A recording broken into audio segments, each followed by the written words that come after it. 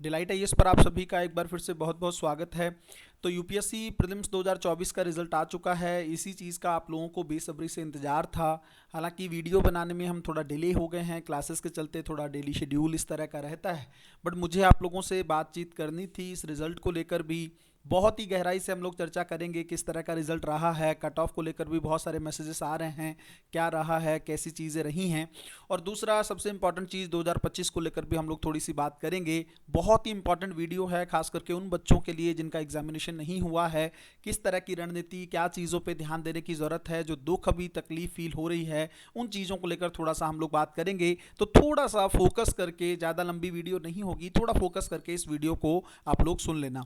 सबसे पहली चीज़ ये है, ये वो लिस्ट है, ये वो पीडीएफ है जिसमें आप लोग अपना नाम लाना चाहते हो, है ना। सौभाग्यशाली होते हैं वो लोग जिनका नाम इसमें आता है। लेकिन एक चीज़ याद रखिएगा, ये एंट्री है ना, ये फाइनल नहीं है। ये आपको अंदर जाने का एक रास्ता दे रही है, बट असली लड़ाई मेंस में होनी है। इसमें मैंने एक वर्ड यूज़ किया है कि लक बहुत इंपॉर्टेंट है। वो इसलिए क्योंकि कई बार होता है सी सेट से हम एक नंबर से बाहर या इन हो जाते हैं, कई बार जीएस में कट ऑफ एक नंबर से ऊपर नीचे हो जाते हैं, तो थोड़ा सा लक भी मैटर करता है इस पेपर में। उस पॉइंट ऑफ व्यू से मैंने उन लोगों को सौभाग्यशाली कहा है ना। तो ये वो रोल नंबर्स हैं, बहुत बेहतरीन इन लोगों ने प्रदर्शन किया है, तब इनका नाम इसमें आया है। अगली बार आप लोगों का नाम भी इसमें आए। और जो लोग इसमें सेलेक्ट हुए हैं, जिनमें जिनका नाम इसके अंदर है, उनको पहले तो मेरी तरफ से बहुत बहुत शुभकामनाएं, है ना। आप लोगों ने एक पड़ाव को पार कर लिया है ना। एक लड़ाई जो है आपकी, एक स्टेज जो है आप लोगों ने पार कर ली है। अब दो स्टेज और बाकी हैं, और असली जो लड़ाई होनी है वो सेकंड स्टेज में होनी है ना। सेकंड स्टेज जो मेंस का एग्जामिनेशन है यूपीएससी का, इस पे आप लोगों को थोड़ा सा फोकस करने की ज़रूरत है। बहुत अच्छे से एक स्ट्रेटेजी बना के तैयारी करिएगा। मेंस अगर विदाउट डायरेक्शन में, विदाउट गाइडेंस में आप लोग करेंगे तो बहुत ज़्यादा दिक्कत आप लोगों को मेंस एग्जामिनेशन में हो सकती है ना। तो पता होना चाहिए किस रास्ते पे चलना है, कैसे पे चलना है। इस तरह की चीज़ों को लेकर थोड़ा सा आप लोगों को गहराई से काम करना चाहिए। मेंस को लेकर जल्दी कुछ चीज़ें यहाँ पे रिलीज हो गई, कुछ नए जो कोर्सेज हैं वो जारी होंगे। आप लोग उसमें पार्टिसिपेट करके अपनी मेंस की तैयारी को बेहतर बना सकते हैं। अब हम लोग बात करते हैं कट ऑफ को लेकर किस तरह का प्रोडिक्शन रहा है। देखो, मैंने पहले ही कहा था कि कट ऑफ जो है ना 80 से 90 के बीच में रहेगी। और ज़्यादा एक्यूरेट, अगर आपने दूसरी वीडियो देखी हो तो मैंने 85 से 90 के बीच में कहानी कही थी, है ना। इसी रेंज में कट ऑफ गया है जनरल कैटेगरी का, है ना। ज़्यादा परेशान होने की ज़रूरत नहीं है, सर हमारे 90 थे तो क्यों नहीं हुआ। वो मार्क्स देखिएगा लास्ट में आप। हो सकता है जिन लोगों के नंबर इससे ज़्यादा हों एग्जैक्ट, तो मैंने आप लोगों को एक बात बार बार वीडियो में कही थी कि यूपीएससी की से और जो क्वेश्चन उसने डिलीट किए हैं उसके बाद आपके नंबर इतने सारे होने चाहिए, डाउटफुल क्वेश्चन को हटा के, तब आपका प्री क्वालिफाई हो सकता है। ये बार बार मैंने बात कही है। तो आप लोग वेट करिए कि अगले साल आपके मार्क्स एक्चुअल में हैं कितने। और दूसरा ये भी एक कारण हो सकता है कि जिन बच्चों के नंबर जीएस में अच्छे हो, 90 से 100 की रेंज में हो, बट सीसेट ना हुआ हो, तो वो एक बड़ा कारण हो सकता है जिसके चलते लोग जो हैं जीएस की लिस्ट से जो है बाहर हो गए हैं, रिजल्ट की लिस्ट से, है ना। तो कट ऑफ फिर से वही कह रहा हूँ इसी रेंज में रही है। बहुत सारे बच्चों से मैंने बात कर ली है ना। ईडब्ल्यूएस का कट ऑफ फिर से डाउन गया है, तो काफ़ी बच्चे जो हैं इस वजह से भी क्वालिफाई किए हैं। तो कट ऑफ को लेकर परेशान, बार बार मैंने बोला था कि बहुत बड़ी बातें नहीं सोचनी है। पेपर डिफिकल्ट था, पेपर ट्रिकी था, इसके चलते जो है मार्क्स जो हैं लोगों के कम आए हैं। और सीसेट ने भी एक बड़ी भूमिका निभाई। तो एक चीज आप लोग समझो, देखो अब दो तरह के लोग हैं। एक जिनका हो गया है उनके लिए तो मैंने कहा है कि मेंस को इजी मत लीजिएगा, खुशी थोड़ा कम मनाइएगा, लड़ाई अभी बाकी है ना। तो मेंस और इंटरव्यू होने के बाद जितना खुश होना है हो लीजिएगा, बट अभी मेंस तक थोड़ा सा अपने आप को संयम में बना कर रखना है। अच्छी बात है आज के लिए आप खुश हों, आपने अचीवमेंट किया है, आपका नाम जो है लिस्ट में आया है, बट आपको भी पता है ना कि इससे कुछ होने वाला है नहीं। अल्टीमेटली आप जब तक इंटरव्यू की लिस्ट में नहीं आते हैं तब तक दिक्कत होगी। और इवन मेंस वाले इस बात को ध्यान रखें, बात एक्सपीरियंस की नहीं है, बात यह है कि अगर मेंस से बाहर होते हो तब कितनी तकलीफ होगी, है ना। तो जो प्रीलिम से बाहर हुए हैं वो तो अभी फिर से तैयारी करने लग जाएंगे, बट अगर आप मेंस से जाके बाहर होते हो तो आपके पास फिर से कम समय रहता है। तो ऐसा मौका मत करिएगा कि मेंस एग्जामिनेशन में आपको बाहर का रास्ता देखना पड़े। अब जिन लोगों को जो सबसे ज़्यादा जो तकलीफ में है, जो दुख में है, उन बच्चों की क्या कहानी। दुख किस चीज़ का है कि रिजल्ट जो है वो क्वालिफाई नहीं हुआ है। इस तरह के मैसेज भी आए हैं कि सर थर्ड अटेम्प्ट था, फोर्थ अटेम्प्ट था और प्रीलिम्स नहीं हुआ है, अब मन कर रहा है छोड़ दें यूपीएससी को, है ना। किस तरह की रणनीति आगे लेनी चाहिए, ये सब बातें जो हैं बच्चों के मन में आ रहे हैं। कोई कह रहा है कि मुझे अपनी जॉब में वापस चले जाना चाहिए, कोई कह रहा है यूपीएससी से लाइन बदल के एसएससी में चले जाना चाहिए, सीजीएल एक अच्छा ऑप्शन हो सकता है, बैंक एक अच्छा ऑप्शन हो सकता है। इस तरह की बातें सब लोगों के मन में आ रही होंगी। और सबसे ज़्यादा जो चीज़ें हैं परेशानी बच्चों के मन में, वो ये है कि पेरेंट्स को क्या बोला जाए अब, है ना, माता पिता को क्या बोला जाए कि क्यों नहीं हुआ, किस चीज़ों के चलते हम लोग बाहर हुए हैं। सबसे पहले तो मैं आपको एक चीज़ कहना चाहूँगा कि देखो, अगर दुख नहीं आएगा ना, तो सुख की फीलिंग आपके अंदर आ ही नहीं सकती है। दुख के बाद अगर सुख आता है, दुख तो आना ही है ना, और ये दुख नहीं है, ये संघर्ष में विफलता है।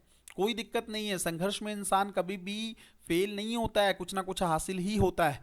तो एक समय आएगा जब ये दुख जो है, ये तकलीफ जो है, ये पीड़ा जो है, ये आपकी खुशी में बदल जाएगी, और उस दिन को आप याद रखिएगा। तो आपको आप इमेजिन नहीं कर पाओगे कि किस लेवल की खुशी जो है आप लोगों को फील होगी, है ना। तो अगर आप चाहते हो कि आपकी खुशी आपके जीवन में लौट के आए, अगले साल की पीडीएफ आए और उसमें आपका नाम आए, तो निराश होने से कुछ नहीं होगा, है ना। निराश होकर बैठ जाने से कुछ नहीं होगा। हाँ, जिन लोगों के 4-5 अटेम्प्ट हो गए हैं और उनको लगता है कि नहीं हो रहा है प्री बी क्वालिफाई, तो वो रास्ता अलग देखें अब थोड़ा सा, है ना, कि अगर तो एक ही अटेम्प्ट बैठा है बचा है, तो तब तो ट्राई कर लेना चाहिए। जब इतने साल देखा है तो एक आध साल और बात है, करके फिर अपना पूरी तरीके से किसी अदर डायरेक्शन में जाओ।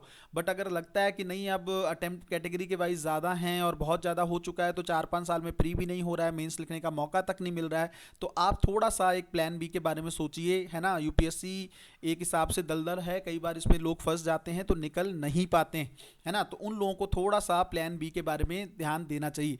दूसरी चीज़ ये है कि जिन लोगों का भी 1-2 अटेम्प्ट हुआ है या 3 अटेम्प्ट हुआ है, देखो बच्चों, मैं आपको एक चीज़ बताता हूँ। देखो, यूपीएससी ना कोई छोटी मोटी जंग नहीं है, ये एक बहुत बड़ी जंग है ना, बहुत बड़ी जंग है। और मैं आपको ऐसे लोग बता दूंगा जिनका अंतिम चाबी से भी ताला खुला है। कभी भी एक चीज़ सोचिएगा, जो लॉक होता है ना, कई बार आपके पास बहुत सारी की होती हैं, तो उन की के चलते आप ट्राई करते रहते हो कि भाई इससे ताला खुल जाए, इससे ताला, लेकिन कई बार अंतिम की को आप ट्राई नहीं करते हो। तो थोड़ा सा ये देख लो कि अगर अगले साल सब कुछ, और एक ही बार निकलता है जो भी निकलता है, प्री भी निकलेगा, मेंस भी निकलेगा, इंटरव्यू भी निकलेगा।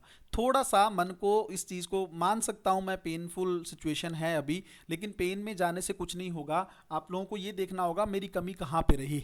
क्या मैं सीसेट में फेल हुआ हूँ, क्या मैं जो है जीएस में फेल हुई हूँ, कुछ भी जो आपको लगता है कि जिस चीज़ के चलते आप फेल हो, क्या मैं सिली मिस्टेक्स के चलते फेल हुई हूँ या हुआ हूँ, या मेरे जो है कॉमन सेंस अच्छा काम नहीं कर रहा है, क्या मैंने फैक्ट वाले क्वेश्चन गलत किए हैं, कौन कौन सी चीज़ें, सबसे पहले उन चीज़ों को पहचानो आप। जब तक आप कमी नहीं पहचानोगे तब तक चीज़ें नहीं हो पाएंगे। अगर आप ये सोच रहे हो कि अनप्रडिक्टेबिलिटी यूपीएससी हर बार कम कर देगा, ज़्यादा कर देगा, ऐसा कुछ नहीं है। हर साल जो है ये लेवल बढ़ता ही रहता है ना। अनप्रडिक्टेबल पब्लिक सर्विस कमीशन इसको कहा जाता है। तो आप अगले साल भी ऐसा ही कुछ रहेगा, किसी चीज़ का कोई पूर्वानुमान नहीं रहेगा।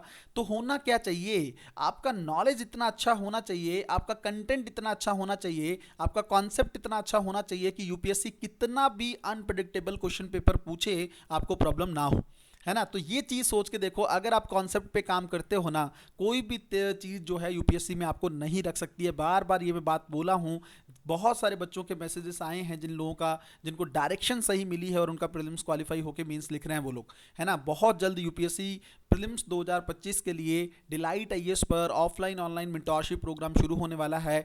अगर आप लोग चाहते हो, मैं आपको बिल्कुल नहीं कहूँगा कि आप इसी प्रोग्राम में ज्वाइन करें, आप कहीं पे भी ज्वाइन करें, कोई फ़र्क नहीं पड़ता है। बट मैं आपको एक चीज़ कहता हूँ, समय ही है जो वापस नहीं आता है। सोचते रह जाते हैं ना जो लोग, वो डिसीजन नहीं ले पाते हैं।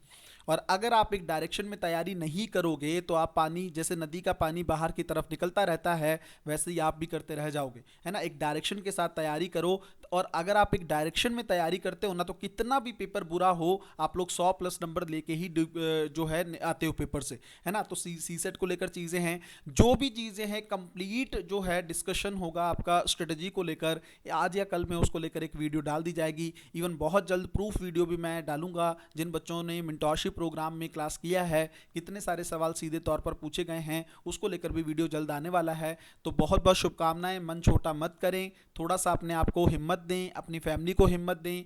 कमज़ोर पड़ने से आप युद्ध को नहीं जीत पाओगे, है ना। लड़ाई है, लंबी लड़ाई है, थोड़ा समय कई बार लगता है। योद्धा को कई बार हार कर फिर जाके सफलता तक पहुंचना पड़ता है। तो अपने मन को थोड़ा मजबूत करिए और एक आध दिन का ब्रेक लेके सोच के कहाँ पे गलती हुई है, फिर से युद्ध में लग जाइए। अगले साल आपका रिजल्ट बदलेगा, अगले साल आपकी चीज़ें बदलेंगी और यही पीडीएफ में आपका नाम आप देखोगे। ठीक है, मिलते हैं अगली वीडियो में। तब तक अपना ध्यान रखें, अपनी पढ़ाई को बहुत अच्छे तरीके से करते रहें। बहुत बहुत धन्यवाद।